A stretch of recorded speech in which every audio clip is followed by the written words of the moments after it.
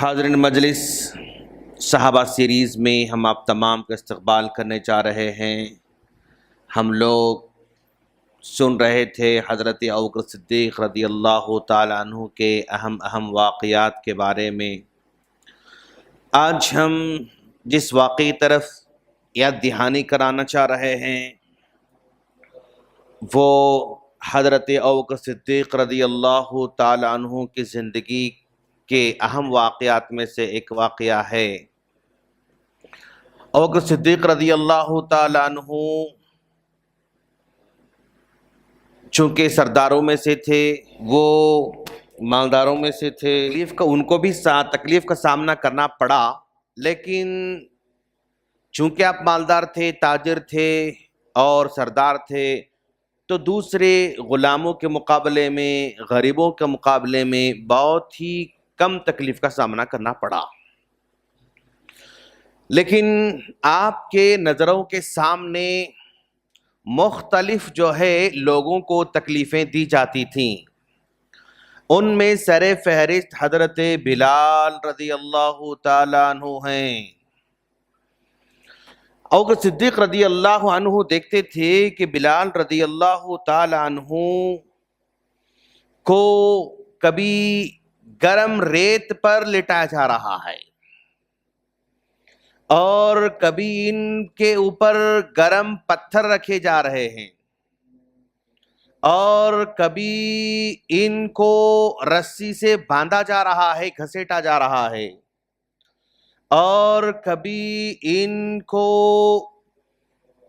بھوکا رکھا جا رہا ہے، کبھی ان کو بھوکا رکھا جا رہا ہے،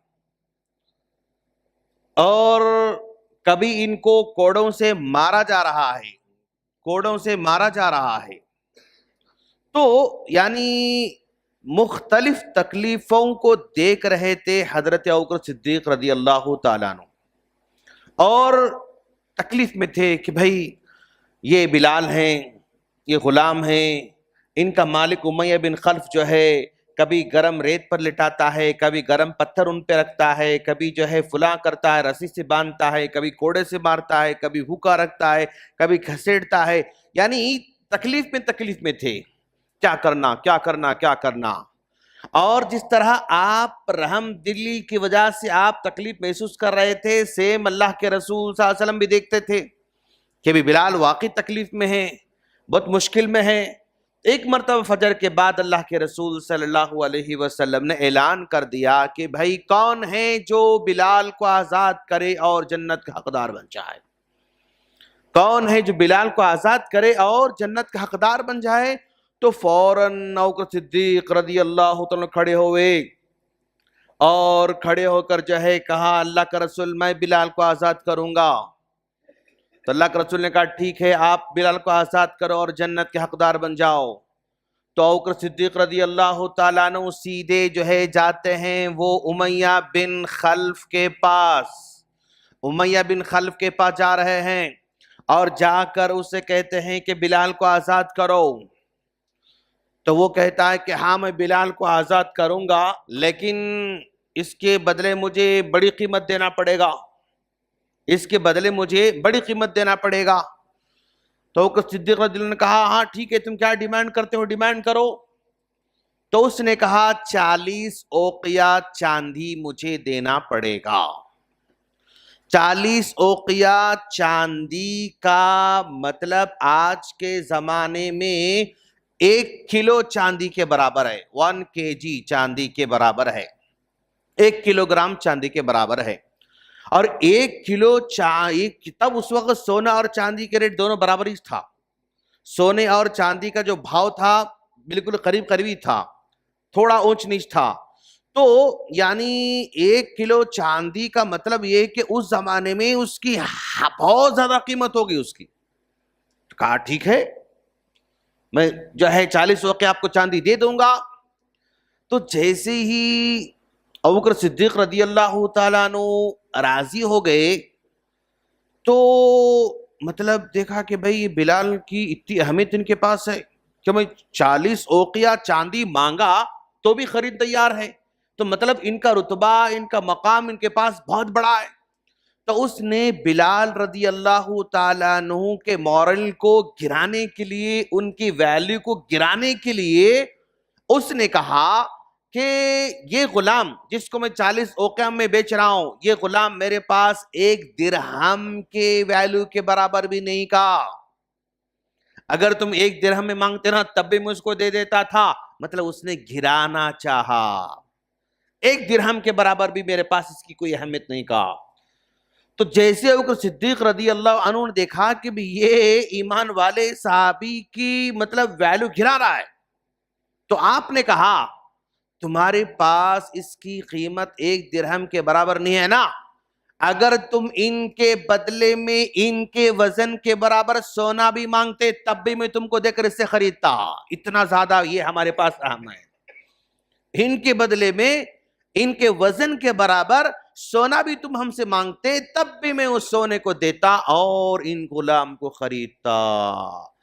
تو آخرکار 40 اوقیہ چاندی دے دیا اور حضرت بلال رضی اللہ تعالیٰ عنہ کو آزاد کر دیا. ابوبکر صدیق رضی اللہ تعالیٰ عنہ. اب ابوبکر صدیق رضی اللہ تعالیٰ عنہ چونکہ رحم دل ہیں، وہ کسی کو تکلیف میں نہیں دیکھنا چاہتے ہیں، وہ دکھ میں نہیں دیکھنا چاہتے ہیں، تو انہوں نے اپنے مال کو اس طرح کے لوگوں کی تکلیف کو دور کرنے میں لگایا. ایک ہے اب بلال رضی اللہ تعالیٰ عنہ، پھر اسی طرح عامر بن فہیرہ رضی اللہ تعالیٰ عنہ تھے، وہ بھی غلام تھے، تکلیف میں تھے، ان کو بھی آزاد کر دیا. پھر اور ایک ہے زنیرہ، وہ لونڈی تھی، مطلب عورت تھی، باندی تھی، غلامہ تھی، اس کو بھی آزاد کر دیا. اور ایک تھے نہیرہ، ان کو بھی آزاد کر دیا. اور ایک تھا لبینہ، ان کو بھی آزاد کر دیا. اور ایک تھے ام عبیسہ، ان کو بھی آزاد کر دیا. یعنی اپنی زندگی میں کئی غلاموں کو اللہ یعنی ابوبکر صدیق رضی اللہ تعالیٰ نے آزاد کر دیا. کیوں؟ یہ لوگ بہت ہی تکلیف میں زندگی بسر کر رہے تھے. تو ابوبکر صدیق رضی اللہ تعالیٰ کا مال ذرا دیکھو آپ، یعنی اللہ نے ان کو مال جو دے رکھا ہے نا، اس کا استعمال کیسے کر رہے ہیں. کبھی غلاموں کو آزاد کرنے میں ابوبکر صدیق رضی اللہ عنہ کا مال استعمال ہو رہا ہے. مال کا ایک بڑا حصہ اللہ کے رسول صلی اللہ علیہ وسلم کے تعاون میں جا رہا ہے. مال کا بڑا حصہ مسکینوں کی مدد میں جا رہا ہے. جیسا کہ ہم نے اس سے پہلے کہا، مستہ رضی اللہ تعالیٰ عنہ آپ کے پھوپھیرے بھائی تھے، مسکین تھے، غریب تھے، جنگ بدر کے وہ جو ہے مطلب مشارکین میں تھے، ان کی آپ ہیلپ کر رہے ہیں، مسکینوں کی مدد میں لگا ہوا ہے. مال کا بڑا حصہ ابوبکر صدیق رضی اللہ تعالیٰ عنہ کا بیت المال میں لگا ہوا ہے. مال کا بڑا حصہ ابوبکر صدیق رضی اللہ تعالیٰ عنہ کا ہجرت کے موقع پر استعمال ہو رہا ہے. ایک مال کا بڑا حصہ جو ہے ابوبکر صدیق رضی اللہ تعالیٰ عنہ کا یعنی مسجد کی تعمیر میں لگ رہا ہے. ایک مال کا بڑا حصہ ابوبکر صدیق رضی اللہ تعالیٰ عنہ کا جنگوں میں لگ رہا ہے، مطلب جو مجاہدین جا رہے ہیں ان کی ہیلپ میں لگ رہا ہے.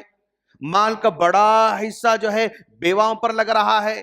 تو ابوبکر صدیق رضی اللہ تعالیٰ عنہ کی انکم کا ایک بہت بڑا جو ہے ذریعہ جو ہے کس میں جا رہا ہے، ایک بہت بڑا حصہ دین کی خدمت میں، دین کے ماننے والوں کی خدمت میں، الگ مدات میں خرچ ہو رہا ہے. تو ابوبکر صدیق رضی اللہ عنہ کی زندگی کے مختلف پہلو ہیں. آپ غلاموں کے ساتھ اس طرح جو ہے پیسے خرچ کر رہے ہیں، اب جنگ میں جانے والوں کو دے رہے ہیں، اور بیت المال میں لگا رہے ہیں کہ بھائی دیکھو کس وقت کیا ضرورت پڑتی مجھے نہیں معلوم، وہاں کے لے لو، ہر وقت میرے پاس آنے کی ضرورت نہیں، ان کے پاس لے لو، مسکینوں کے لیے، بیواؤں کے لیے، اللہ کے رسول کے لیے خاص، پھر ہجرت کے لیے خاص، مسجدوں کے لیے خاص، ہر جگہ ابوبکر صدیق رضی اللہ عنہ کا مال امت کے کام آ رہا تھا. تو اس زمانے کے اندر بھی بہت سارے ایسے لوگ ہیں جن کا مال الگ مدات میں استعمال ہو رہا ہے، اور وہ بہت خوش نصیب آدمی ہیں. اب ان کو دیکھ کر ہم اگر یہ سمجھیں گے کہ بھائی ان کو تو وہ تو خرچ کر رہے ہیں، میرے پاس تھوڑا ہی مال ہے، میں کیا کر سکتا ہوں، تو ہمارا تھوڑا مال بھی کسی کے چھوٹے چھوٹے کام آتا نا، تو ہماری نیت کے حساب سے اللہ ہم کو بڑا اجر دے سکتا ہے. لیکن ہمارا تھوڑا مال بھی کہیں ہمارا استعمال ہونا چاہیے. یہ تھوڑا مال اگر ہم دے رہے ہیں تو ہماری زندگی میں کوئی زیادہ اونچ نیچ آنے والی نہیں ہے, اور تھوڑا مال دیں گے تو کوئی فاقہ کشی کا سامنا کرنا تو نہیں پڑے گا. لیکن ہمارا اللہ ہم کو تھوڑا دیا ہے, تھوڑے میں سے تھوڑا ہم دیں گے.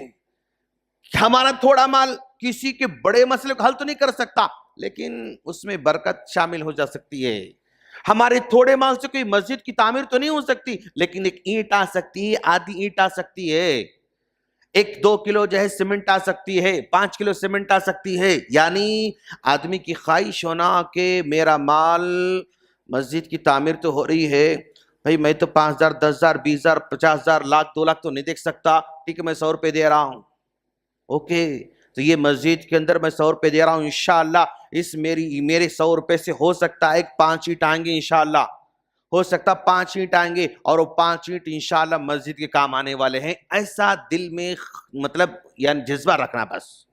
اگر ایسا ہے تو ہمارا مال جو استعمال ہو رہا ہے انشاءاللہ ریوارڈ میں ضرور ملنے والا ہے. اور صدیق رضی اللہ عنہ مال الگ مدات میں استعمال ہوتا تھا, ان میں ایک غلاموں کا بھی حصہ تھا, اور ان میں حضرت بلال رضی اللہ تعالیٰ عنہ, اور بلال رضی اللہ عنہ کا آزاد کرنے سے اسلام کا بہت بڑا فائدہ ہوا. آزاد ہونے کے بعد وہ پہلے جو ہے مؤذن بن رہے ہیں اللہ کے رسول صلی اللہ علیہ وسلم کے.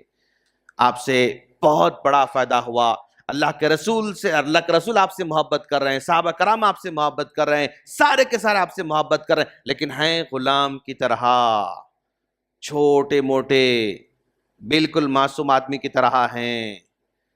تو ابوبکر صدیق ایسا کرتے تھے. اللہ سے دعا ہے اللہ تعالی ہم تمام کو بھی اپنے مال کو, اپنی صلاحیتوں کو, اپنے پاس اللہ نے جو کچھ ہمیں دے رکھا ہے اس کو یعنی دین اسلام کی خدمت میں لگانے کی توفیق عطا فرمائے. آمین. السلام علیکم ورحمۃ اللہ وبرکاتہ.